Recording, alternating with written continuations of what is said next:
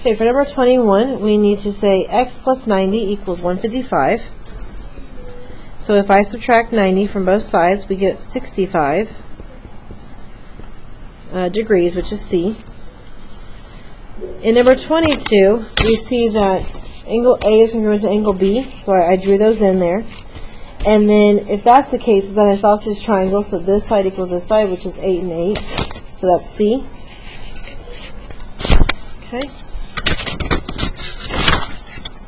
For 23 through 25, it says that B is the midpoint of MT. Okay? MT. So what does that mean we know? We know that these two segments are congruent. So we could say MB is congruent to TB. So for 23, we know that TB is congruent to MT. Okay? Then, that's the definition of midpoint. Then we are given that MA is congruent to TA. So MA is congruent to TA, which is also given. And then it says that BA is congruent to BA.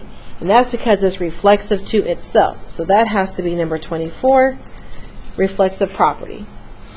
Now, once we know side, side, side, and then side, side, side, they all match up, we are just proving that the side, side, side postulate works here for this triangle.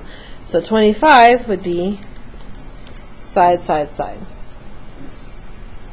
In 26, A and B, it says determine the line segment length if it creates a triangle. So you take the two smallest numbers,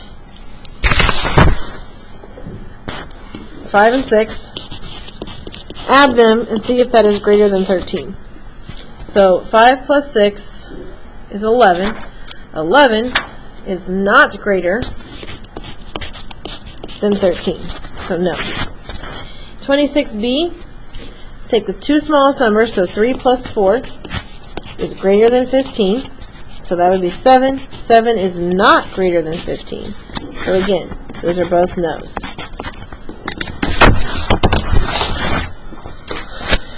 Okay, for number 27, this is a mid-segment problem. Since these are congruent, we know that this is a mid-segment here. These are the midpoints. So to get x, you just do half of 36. And half of 36 is 18. In number 28, this is the 2/3, 1/3 situation. So IT is 36. Okay? That's 2/3 of the entire line. So if I take 36 and divide it by 2, that gives me 18. So this little piece is 18, and then I have 18 and 18 again. So it has to be EI is 18D. In 29, it says that the segment AD is an altitude of triangle ABC. An altitude creates a 90-degree angle. Okay, you're supposed to understand the altitude is 90. And it says to find the measure of DAC. So we need to find this angle right here. And we can do that easily by adding those together and then subtracting that from 180.